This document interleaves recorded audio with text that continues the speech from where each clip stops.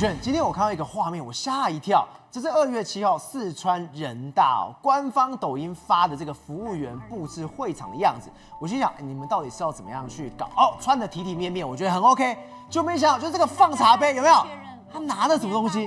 他拿线去一个一个去对齐。心想，这也太厉害！这是不要忘了我们之前讲什么大国的工匠精神。连放杯子都是对，没有错。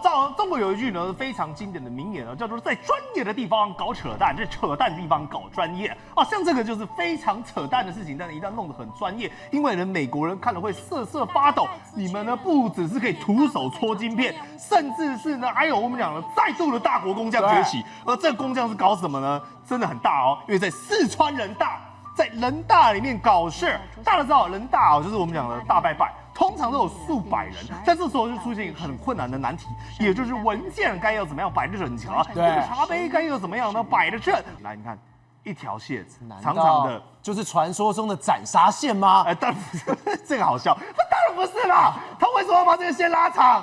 你知道吗？因为理由很简单，他要对水杯。他要把这个水瓶一个，你看都对齐了。对，重点是这不是我们要笑他们哈。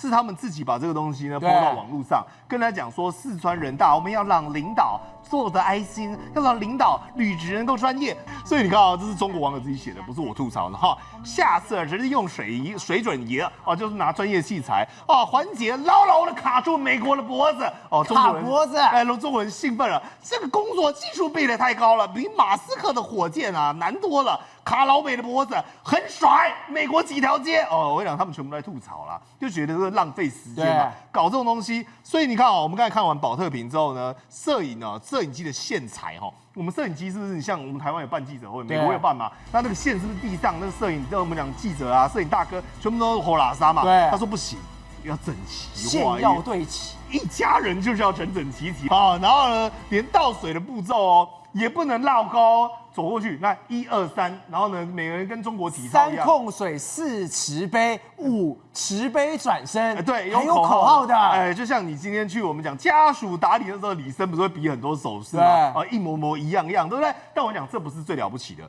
大家知道中国传统呢有4大发明，什么哪4大呢？有指南针，有造纸，有呢火药，以及呢印刷业。但是现在出现了第5大发明，这个5大发明叫做什么？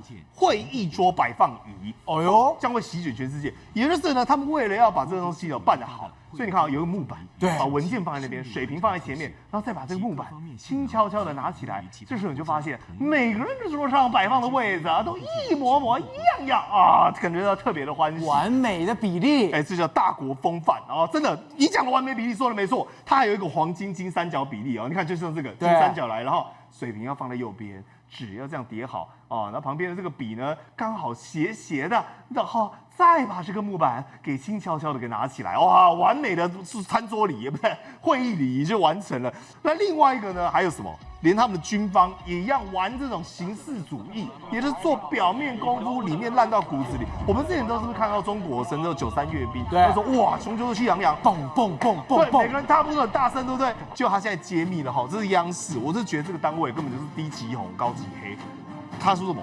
原来他们在他的库管里面，在他们的不为人知的角落，全部都有藏麦克风，靴子里面是有麦，对，难怪蹦蹦蹦声音这么大声。我想这很细腻的，你知道吗？因为像我们这种做影视工作的它这个的麦插进去，对不对？它不能太大声，对，因为太大声会它会爆音。对，那你也不能太小声，因为太小声听不到。那你如果声音刚好中间那个裤子管摩擦，那声音都不行，所以它要刚好把那个嘣嘣嘣声音录得到，然后跟原本的场景的声音呢咪在一起，让他们在震动的时候呢，然后你还要处理那个延迟的问题。你看整齐划一，雄赳赳气昂昂。你看裤子查到就要调整，脚衣还是衬裤子，也就是说他特别要买稍微大一点的靴子，对，他的那个麦克风才刚好这样咪进去，然后才能打造出完美的中国阅兵。这也太难了，太苦了。不是，他们真的是在这种我们讲扯淡的事情上特别专业。所以你想想看，中国人民看了怎么想？我跟你讲，中国人怎么想好不好？理由很简单啦，为什么一堆人跑去做当兵？因为他们的我们讲平常的生活根本生不如死，比当兵还苦。这是一个阿伯大概71岁了，我跟你讲，真的是有够可怜。他说我就是为了维权，讨我的薪水，讨5年，法官终于还给我一个公道。就还归来的公道是多少钱呢？就是700块人民币。就大概台币大概3000多块啊，就这么少，700块讨5年，对，结果还要阿北出来拍片说法官非常棒，中国政府非常棒，帮我把钱给讨回来了。对，然后你看他一脸感激，说啊，这辛苦节，他们有履行他那个承诺，哎呀，然后还特别高兴，然后还把这个事情当宣传。所以你想想看呢，中国内部的内卷因为他现在面对所谓的内部的经济上的问题，以及外部美国我们讲高强度的压力，很显而易见的，整个社会的病态已经出了状况，而这个可能随时会成为定时炸弹，一有可能就会引爆。郑凤，我们刚刚讲700块讨5年，讨回来说我终于拿到钱了，但这些人怎么办？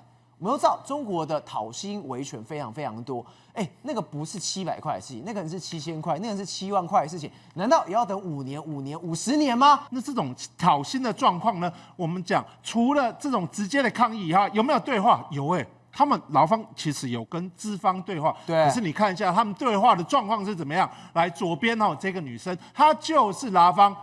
一看急嘛，他就要钱嘛，对，你还考啊公，你们怎么这样子？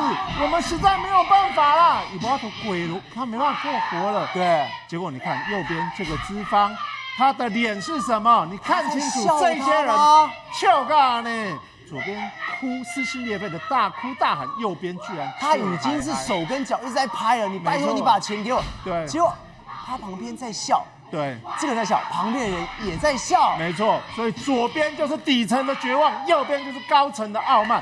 在这样对比之下，大家看得非常的愤怒。所以呢，我跟大家说明一下，这种状况不是个案，而是同案。为什么呢？因为最近中国网络突然间出现了一个13年前的旧案。这个旧案怎么奇怪？跟欠薪有什么关系？因为这个旧案是2012年有一个人杀了他的老板。对，他为什么要杀老板呢？你看这人叫什么名？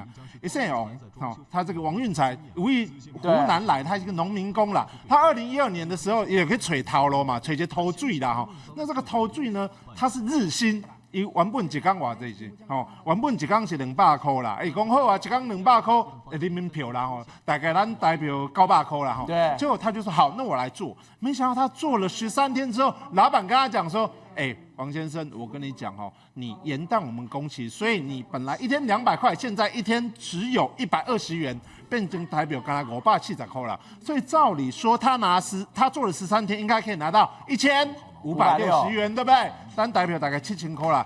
结果你怎样？也可以给他偷钱。没想到呢，这个老板你知道吗？我们想说日薪通常是当天给，对不对？你知道他跟他讨了几次吗？20次。讨了多久？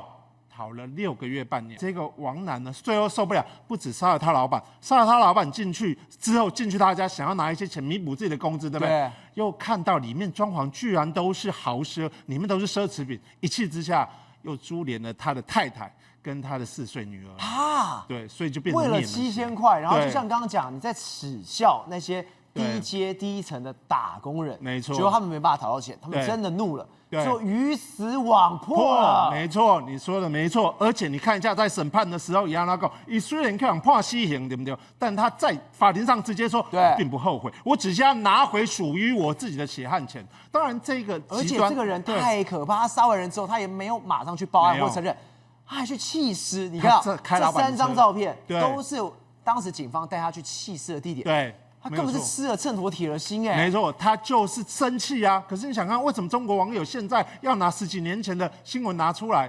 就是因为他们太气了，气到他们觉得你们老板实在太恶劣，我必须要透过这个案例来警示你。你看到这是2月6号在天津的这个津南区，竟然要打地铺，要求政府说什么你要过来救救我，你今天没有救救我的话，我真的薪水没有办法拿回来的。是没有错，中国现在欠钱呢，欠到不止民企，连国企都欠钱。你都要看，你都要共接讲，天津市的津南区，这是市政府也要欠钱，所以是官方欠这些官方也欠钱，连国企都欠钱。然后你看右边2月4号，这个也是官方的，这个是什么？这个是郑州的警察学院欠钱呐。这些人你想看嘛？这是李维系哦，李维系哦，已经开始咧进行春运哦，结果这些人还没办法回家。然后你看2月3号，这个看起来真是心酸。这些民众他是要干嘛？他排队抗议，但他怎么抗议？他准备要跳楼啊！排队要跳楼啊！这么多人呢？对啊，这么多人就是要透过跳楼这个方式来彰显他自己要钱的决心。然后你看右边这个看起来更加令人伤心哦。你看他这一顶头，这里在几公尺了，他就坐在这个女儿墙旁边。你知道他干嘛吗？一样也是要钱，因为他拿不到钱，他就坐在这个女儿墙上，撕心裂肺的大喊：“我要薪水！”结果还是拿不到钱。这么冷，他的脚下是数十米的高空，对，然后他的呼喊，听到那个声音，都在这一栋里面回荡的。没错，令人家看得相当心痛。好。那你就说，在中国欠薪，你知道中国欠薪有罪哦，所以其实你可以跟谁？跟警察来求助啊。我跟你讲，警察也不能相信啊。为什么你怎样？因为他们有一个警察哦，他们当时在这个姓严的警察在办一个组织吸金的这个案件的时候，发现讲这被告2个被告，他们手机里面有 USDT 泰达币2098万，咱台票大概9538万，快要1亿嘞。对，快要1亿喽。结果呢，你知道这一个警察，中国的警察居然把他上面的金钥账号密码记起来。然后把这个 USDT， 这个我们刚刚讲2098万 USDT 的钱转到自己的账户里面，变成自己过来炒虚拟币，有没有搞错？你不是公安吗？没错，公安自己来变成掠夺者。后来他怎么被发现？因为他变现变成大概台币150万，所以他才怎么样被爆？那被爆出来，当然就被判刑11年，但他只罚金50万人民币。中国现在有这样子警察贪腐的问题，也有现在经济很严重的问题哈。那现在面临的年关。你又欠钱，你连国企都欠钱不还。咱台湾人讲讲，欠钱欠过年，你也衰归年。宏观取材，厘清真相，犀利精准，深入剖析，时刻掌握关键新闻时事，不漏接。老时段，新气象，我是钟浩和，关键时刻2.0，全新出击。